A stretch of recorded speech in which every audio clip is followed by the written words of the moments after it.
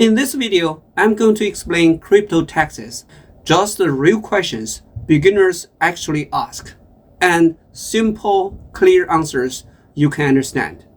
By the end of this video, you will know what actually matters and what doesn't. Hi, I'm Dr. Z. I'm a university professor and a long-term investor. I started this channel to share what I know, what I have learned, and what I'm still learning, so you can make better financial decisions. Here is how this video is structured.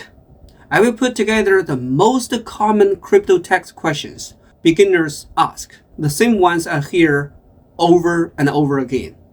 I will go one question at a time, break it down simply, and use real-life examples so it actually makes sense. You don't need to watch this with a notepad or pause every 5 seconds. Just follow along, and everything will build naturally. Let's jump right in. The first question: what triggers a taxable event? This is the single most important rule behind crypto taxes, so let's keep it simple. Crypto taxes are triggered by completed actions, not by how much money you move around. The moment you sell your crypto, whether for cash or for another coin, that trade is considered complete, and that completion is what creates a taxable event. What doesn't matter is whether you move the money to your bank. You can leave it on the exchange, reinvest it, or do nothing at all. The tax event already happened when the trade closed. So remember this rule as we go forward. Selling is what triggers taxes, not withdrawing. So next question: how much do you actually get taxed? A lot of beginners worry they got taxed on the entire amount when they sell crypto. And that's not how it works. You're only taxed on your profit, not the full sale amount. The price you originally paid is called your cost basis, and that part is not taxed. So the math is simple. Profit equals what you sold it for minus what you paid for it. That profit, and only that profit, is what taxes are based on. Here is a simple example. Let's say you buy crypto for $10,000 and later you sell it for $15,000. You're not taxed on the full $15,000. Your original $10,000 is your cost basis. But the difference, $5,000, is your profit. And that's the only part taxes apply to. Now that you know what gets taxed, the next question is how it gets taxed. Now that depends on how long you held the crypto before selling it. If you buy and sell within 1 year or less, that profit is short-term capital gain. If you hold for more than 1 year before selling, that profit is a long-term capital gain. The important thing to know is this: short-term and long-term gains are taxed differently, and the holding period is the only thing that decides which one applies. Short-term crypto gains, meaning you sold within 1 year, are taxed just like regular income, the same as your wages from your job. That rate depends on your total income for the year. In the US, ordinary income tax rates range from 10% up to 37%, depending on how much you make overall. Long-term crypto gains, on the other hand, when you hold for more than 1 year, are taxed at special lower rates. For many people, those long-term rates are at 0%, 15%, or 20%, which is usually much lower. Here is a simple example. Imagine you earn $90,000 from your job and make $10,000 crypto profit.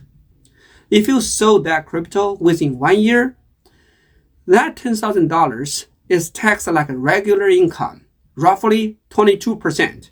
That's about $2,200 in federal tax. If you have the same crypto for more than 1 year, that $10,000 gain will likely be taxed at 15%, or about 1,500. It's the same profit, same trade, different holding period, very different tax result. The key takeaway is simple. Long-term gains are usually taxed more favorably than short-term gains, and the difference can be significant. Well, buying and selling isn't the only way crypto can be taxed. If you lend your crypto, stake it, or earn interest or rewards, that income is usually taxable as well. Some people trade crypto very frequently, or even use trading bots to buy and sell automatically. Every time a trade completes, it can trigger a taxable event. Most of these trades are short-term, which means they are taxed like regular income. If you have hundreds or thousands of small trades, each one is a separate taxable event. So it can add up quickly. Next question. Can you reinvest crypto to avoid taxes? A lot of beginners wonder if they reinvest crypto profits to defer or avoid taxes, like some strategies in real estate. Here is the reality. Cryptocurrency is not eligible for a like-kind exchange. That means reinvesting your gains doesn't eliminate or delay taxes. The IRS is clear on this. Once you sell crypto for a profit, that taxable event has occurred. There is no workaround by buying another coin.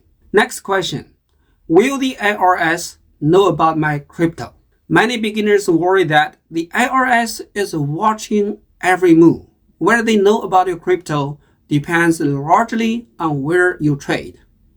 U.S. complaint exchanges report your transactions to the IRS automatically. Non-complaint or offshore platforms generally do not report your trades, though you're still responsible for reporting them yourself. Next, will I get a crypto tax form? Some crypto platforms like Coinbase or Robinhood will send you a 1099 tax form if they are US compliant. Other platforms, especially offshore or non-compliant ones, won't issue a form. Here is the thing. Even if you don't get a 1099, the responsibility to report your crypto gains and losses still falls on you. Download your trade history from your exchange. Save it as a CSV file, a simple spreadsheet format. Use tax software or online tools to automatically calculate gains and losses. Last question. You don't want to ignore crypto losses. Losing money in crypto happens, and it's completely normal. Don't panic. The good news is the losses are not taxed, and they can actually reduce the taxes you owe. The catch? You have to sell the crypto to claim that loss. Simply holding it doesn't give you a tax benefit. Here is an example. You bought crypto for $2,000 and it dropped to $1,000. If you sell, you realize $1,000 loss. That loss can offset other gains you made in crypto. For instance, if you earned $1,000 from another trade, the net result is going to be zero, meaning no tax owed on that gain. Now, if your losses exceed your gains, you can deduct up to $3,000 of excess losses against other income each year, like the wages. Any remaining losses carry forward to future years. For example, if your total loss is $10,000, $3,000 can be used this year, remaining $7,000 carries forward to offset gains or income in future years. Most beginners feel overwhelmed when thinking about crypto taxes. The truth is, you don't need to be perfect. Focus on reporting honestly. Use simple systems to track trades. Small steps now save you stress later. If you found this video helpful, here is what you can do next. Like this video if it clears up crypto taxes for you. Comment below with any questions. I read them all. Subscribe for more beginner-friendly tax and investing tips. Also, if you want to learn the same easy, beginner-friendly approach for stock market taxes, check out my previous video, Stock Market Taxes Explained for Beginners. I will link it in the description and up here. Let's together make better financial decisions.